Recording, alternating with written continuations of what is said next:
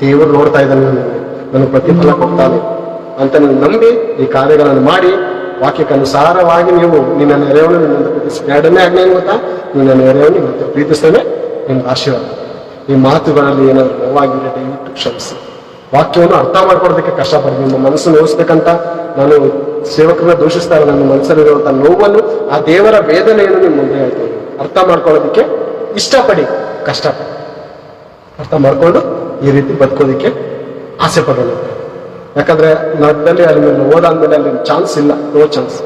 ಒಂದೇ ಸಾರಿ ಹುಟ್ಟು ಒಂದೇ ಸಾರಿ ಸಾಕು ಈ ಲೋಕದಲ್ಲಿ. ಅಲ್ಲಿ ಹುಟ್ಟಬೇಕು ಅಂದ್ರೆ ದೇವರು ಹೇಳಿರುವಂಥ ಮಾತನ್ನು ಕೇಳಿ ಅದರ ಏನು ಎತ್ಕೋಗೋದೇನಿಲ್ಲ.